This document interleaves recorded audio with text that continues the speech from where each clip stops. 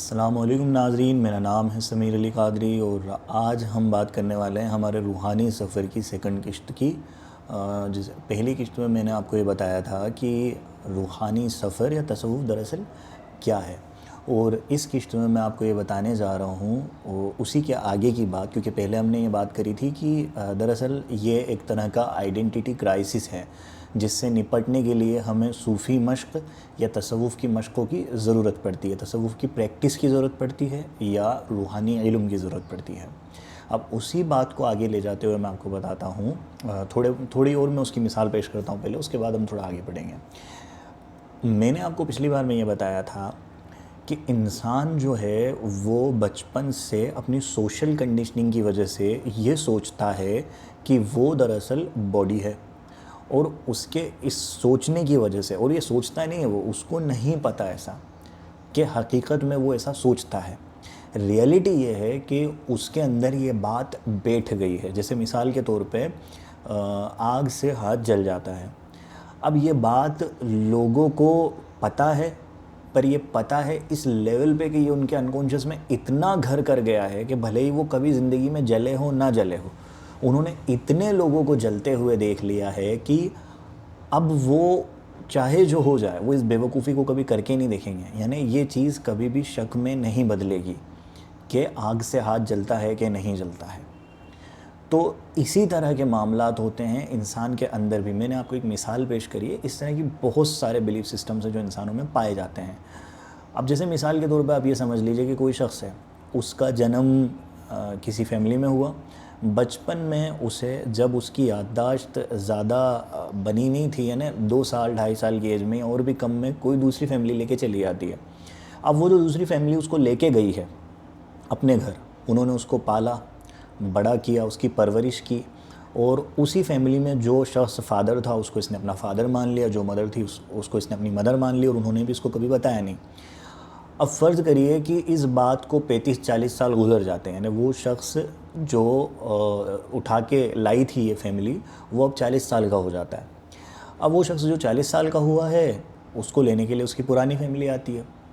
अब पुरानी फैमिली जब आती है इसके सामने और वो कहते हैं कि मैं तुम्हारा बाप हूँ या मैं तुम्हारी माँ हूँ, तो ये उनको उस तरह से जज्बाती होकर देख नहीं सकता, भले ही इसके सामने हकीकत आ जाए। जिस तरह के जज्बात इसके अपनी इस नई फैमिली से, जो इसको उठा के लेके आई थी, जेनेटिकली जो इसके मदर फादर नहीं थे, जिन्होंने इसको पाला था, ठीक है, तो इसके जज्बात जो इनसे जुड़े हुए हैं, जिन्होंने पाला था, वो जज्बात कभी भी उस लेवल पे उस पुरानी फैमिली से नहीं जुड़ सकते, हालांकि ये उनका जेनेटिकली बेटा है। पर ऐसा हो नहीं सकता। उसका रीज़न यही है कि इसकी कंडीशनिंग हो गई है, मतलब बचपन से ही इसके अंदर ये बात बैठ चुकी है, ठीक है।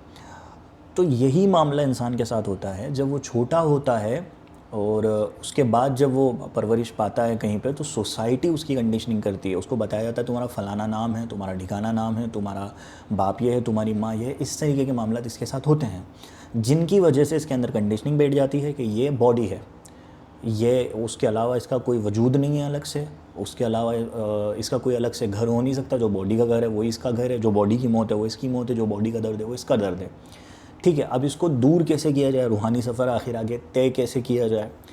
अब जब आप इतना जान चुके हैं कि आइडेंटिटी क्राइसिस है, और ये आइडेंटिटी क्राइसिस हुआ कैसे, आइडेंटिटी क्राइसिस को भी मैं न्यू बता देता हूँ आपको। अपनी पहचान के बारे में गलत इन्फॉर्मेशन इसके दिमाग की गहराइयों में बैठ गई है।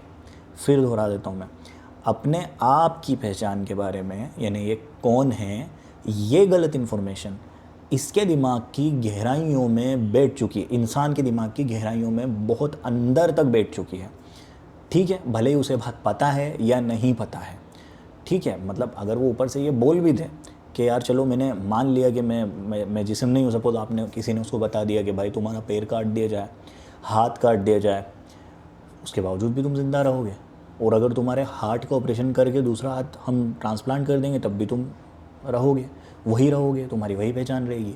तुम्हारा लीवर ट्रांसप्लांट कर दें, तुम्हारी किडनियाँ ट्रांसप्लांट कर दें, फिर भी तुम वही रहोगे, ठीक है। ब्रेन ट्रांसप्लांट करने पे आदमी, वैसे मेरे ख्याल से ट्रांसप्लांट अब सक्सेसफुल है भी नहीं, क्योंकि सारी यादें ब्रेन में होती है, इसलिए कोई दूसरा ब्रेन लगना और वो सब अभी पॉसिबल नहीं। पर हकीकत यही है कि बॉडी तुम नहीं हो, अब किसी ने आपके दिमाग में बैठा भी दिया, उसके बावजूद भी आप बिहेव वैसे ही करोगे जैसे आप पहले करते आ रहे थे। आप लोगों से डरोगे, दुनिया का डर, ज़िंदगी का डर आप में रहेगा। हालांकि हकीकत में मरती बॉडी है, कोई कुछ भी कर ले, फिर भी मौत का डर आप में होगा। उसका रीज़न क्या है? उसका रीज़न ये है कि भले किसी ने आके बता दिया, आपकी बॉडी नहीं समझती वो भाषा। आपकी बॉडी समझती है फीलिंग्स को, जज्बातों को, एहसासों को, जो बचपन से एक्सपीरियंस के थ्रू उसमें बैठे हैं। आपकी बॉडी ये चीज़ समझती है, ठीक है। तो आपकी बॉडी में ये बैठ गया है कि वो दरअसल एक हाड़ मांस का पुतला है बस, और इसके अलावा उसका कोई वजूद ही नहीं है। तो तसव्वुफ़ और रूहानी सफ़र की शुरुआत यहीं से होती है कि हमारी ये गलती है। अब आगे क्या करना है?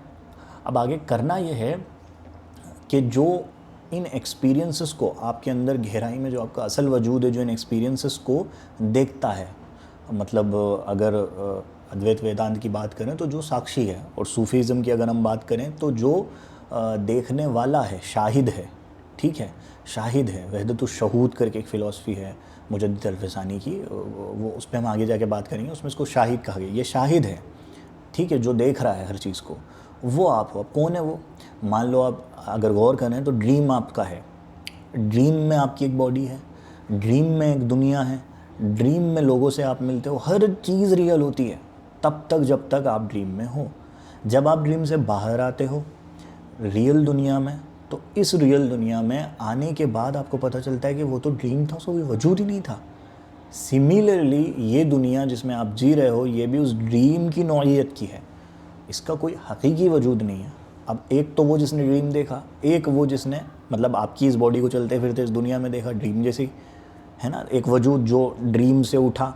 अब ड्रीम में भी क्योंकि सारे जज्बात काम कर रहे थे, बॉडी काम कर रही थी, दुनिया से आप बात कर रहे थे, सब कुछ था, पर आप ड्रीम नहीं थे, ड्रीम की बॉडी नहीं थे। सिमिलरली ये बॉडी और ये दुनिया भी ऐसी है, आप ये नहीं हो। अब आप इससे भी आगे जाएं तो एक और कंडीशन सोने में आई थी। वो कंडीशन ये थी कि जहाँ पे कोई चीज़ दिख नहीं रही थी, आप गहरी नींद में थे, पर वहाँ पे भी देखने वाला तो था, बॉडी का एहसास नहीं था, दुनिया का एहसास नहीं था। वो जो असल है देखने वाला, जिसकी वजह से ये सब हुआ है, ये सब प्रोड्यूस हुआ है, उसको ये वजूद मानते हैं सूफिया। वो वजूद है, यानी वो आपका वो वजूद है जो हकीकी वजूद है, वो एक ही है पूरी दुनिया में, यही वहदतुल वजूद है। मतलब एक बेसिक फ़िलोसफी वहदतुल वजूद की यही है, और ये सूफिया का बेस है। मतलब एक वजूद है जो तमाम तर हकीकतों को गवर्न करता है, वो आप ही का असल वजूद है। अब उसको रियलाइजेशन में कैसे बदलना है, उसका तरीक़ा सिंपली स्टार्ट यहाँ से होता है कि ये जो आपके बिलीफ सिस्टम्स हैं, आपने जो दुनिया को रियल समझ लिया है, दुनिया के लोगों को रियल समझ लिया है आपके अंदर बॉडी ने, उस समझने को ईगो कहते हैं, नफ्स कहते हैं। नफ्स किसे कहते हैं? इंसान के माइंड को, जो माइंड के अंदर और भी गहराई में बैठा हुआ है, जिसको लगता है कि फ़लाना चीज़ खाने से प्लेजर मिलता है, ढिगाना चीज़ खाने से प्लेजर मिलता है, फ़लाना काम करने से प्लेजर मिलता है, फ़लाना तरीके से रहने से प्लेजर मिलता है, पावर सब कुछ है, पैसा सब, ये सारी जो चीज़ें हैं जो इनमें सुकून ढूंढता है, इसका जन्म हुआ है आपके, यानी ये जो ढूंढता है ना सुकून, आपके अंदर, आपके माइंड के नीचे जो ये दबा हुआ है, जो गवर्निंग फोर्स है दुनिया में आपके जाने की, दुनिया के लिए आपके काम करने की, दुनिया में जाके आप लोगों को लूटें, आप लोगों से कंपटीशन करें, आप लोगों से आगे बढ़ने की कोशिश करें, आप पावर लेने की कोशिश करें, आप दौलत कमाने की कोशिश करें गलत तरीक़ों से। मतलब इस लेवल पे दुनिया के आदमी भूल जाए कि वो कभी मरेगा, ठीक है। तो ये जो जुनून है इंसान के अंदर कि बस किसी भी तरीके से सब पालूं, ये जुनून आया है उस अकीदे से कि दुनिया ही सब कुछ है, मरने के बाद कुछ नहीं होना जाना। मतलब ये आप भले ज़ुबान से कितने ही कह लें, आपके अंदर ये बात नहीं बैठी हुई है, वरना बैठी होती तो जैसे आप आग में हाथ नहीं डालते ना, वैसे आप कभी भी दुनिया की तरफ ना जाते। हकीकत यही है, आप माने ना माने। अब ये जो नफ्स आपके अंदर है, जो आपके तहत शऊर में बैठा हुआ है, वो नफ्स ज़िम्मेदार है इन सब का। अब उस नफ्स को हमें समझना है, उस नफ्स को तब्दील करना है, उस नफ्स को समझाना है, और उस नफ्स को एंड में डिस्ट्रॉय करना है, जिसका नाम फ़ना फिल्लाह है। तो यहाँ तक अभी बात पहुँच गई है। अब इंशाल्लाह मैं इस नफ्स के ऊपर आगे कलाम करूँगा। जब आप नफ्स को समझेंगे तो फिर इसको मारने, इसको तब्दील करने, इसको फ़ना करने की तमाम तर जो एक्सरसाइजेज़ हैं वो कैसे वर्क करती है वो मैं आपको समझाऊँगा आगे। पर पहले हमें नफ्स को समझना है। तो इंशाल्लाह वीडियो वैसे काफ़ी लंबा हो गया है, तो मतलब 10 मिनट का हो गया, इससे ज़्यादा करूँगा तो फिर लोग देखेंगे नहीं। तो मैं नेक्स्ट जो किस्त है इसकी जो आने वाली है वो उसमें मैं आपको समझाऊँगा आगे नफ्स के बारे में कि क्या है, हमें इसी को डिटेल्ड समझना है। अल्लाह हाफ़िज़।